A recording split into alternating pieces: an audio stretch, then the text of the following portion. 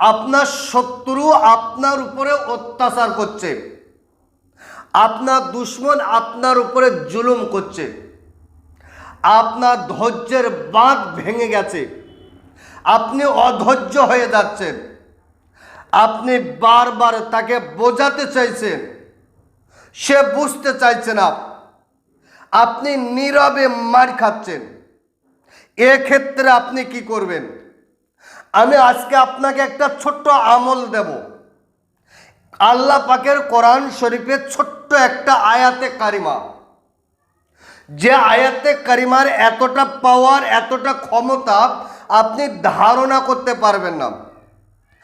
আপনি যদি এই ছোট্ট আমলটা, ছোট্ট কাজটা নির্জনে একা একা করতে পারেন, ইনশাআল্লাহুল আজিজ, এই আমলের বিনিময়ে আপনার শত্রু আপনার সাথে শত্রুতা করার আর সাহস পাবে না, আপনার শত্রু আপনার উপরে জুলুম করার সাহস পাবে না, সে নিজে ধ্বংস হবে। সে আপনার যে ক্ষতিটা করছে সেই ক্ষতিটা তার হবে, সে নিজে জ্বলে পুড়ে মরবে। তবে আমলটা একদম আপনার সিস্টেম, নিয়ম কানুন অনুযায়ী করতে হবে।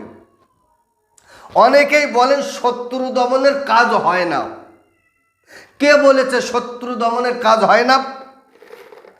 আমি আপনাকে বলছি, বুকের পাটা সাহস যদি থাকে আপনি আমার কাছে আসুন, আমার চেম্বারে বসে থাকবেন, 2 ঘন্টা সময় আপনি আমাকে দেবেন।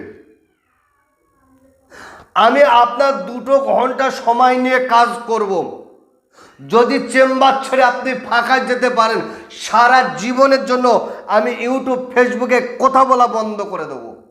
এতটা দায়িত্ব নিয়ে বললাম, কারণ প্রত্যেকটা কাজ শিখতে হয়, প্রত্যেকটা কাজ মেহনত করতে হয়, প্রত্যেকটা কাজ সাধনা করতে হয়। শত্রু দমন কাজ হয় না? অবশ্যই হয়, তবে কাজ করার তার সিস্টেম, তার নিয়ম, তার কানুন আছে।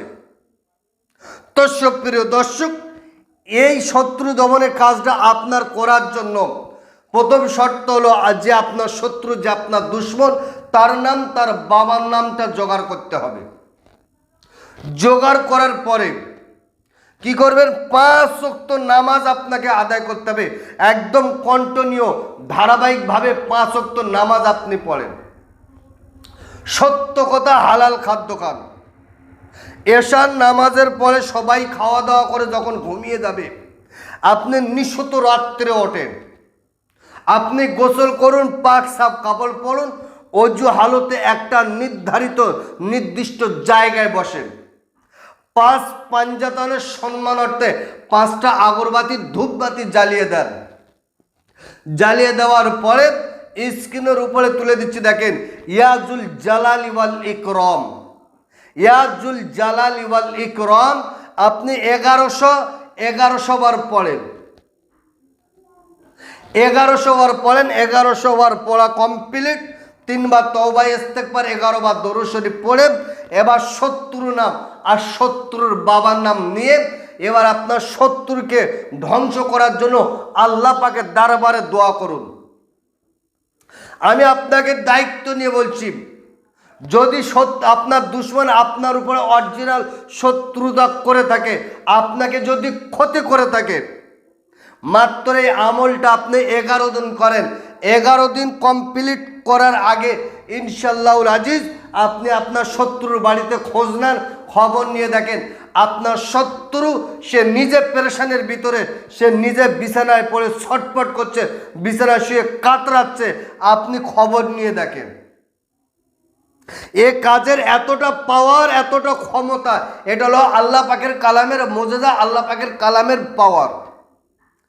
তবে আপনি যদি অবৈধভাবে কাউকে করার জন্য আপনি কাজ করেন, আপনার কাজ হবে না, আপনার ক্ষতি তার ক্ষতি থেকে আপনার ক্ষতিটা বেশি হবে।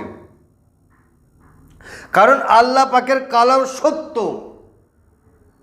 অরিজিনাল। সে যদি আপনার উপরে দুশমনি করে, আপনি তাকে বোঝাতে চাইছেন, সে বুঝতে চাইছে না, সেক্ষেত্রে যদি আপনি করেন, আপনি এই কাজটা করেন, ইনশাআল্লাহুল আজিজ আপনার কাজ হতে বাধ্য হবে।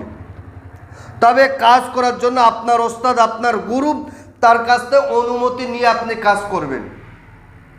যদি আমার কাছ থেকে অনুমতি নিয়ে কাজ করতে চান, ভিডিওটা 10 জনকে শেয়ার করুন, কমেন্ট বক্সে লেখেন আল্লাহ পাকের কালাম সত্য। আর আপনি যদি আমার চ্যানেলে নতুন হন, চ্যানেলকে সাবস্ক্রাইব করুন, আমি আমার অন্তর থেকে আপনাকে অনুমতি দেব। দর্শক, প্রিয় দর্শক, আজকেরকার ভিডিও এই পর্যন্ত সমাপ্ত করলাম। ভালো থাকবেন, সুখে থাকবেন, শান্তিতে থাকবেন, আমার জন্য দোয়া করবেন। আসসালামু আলাইকুম ওয়া রাহমাতুল্লাহ।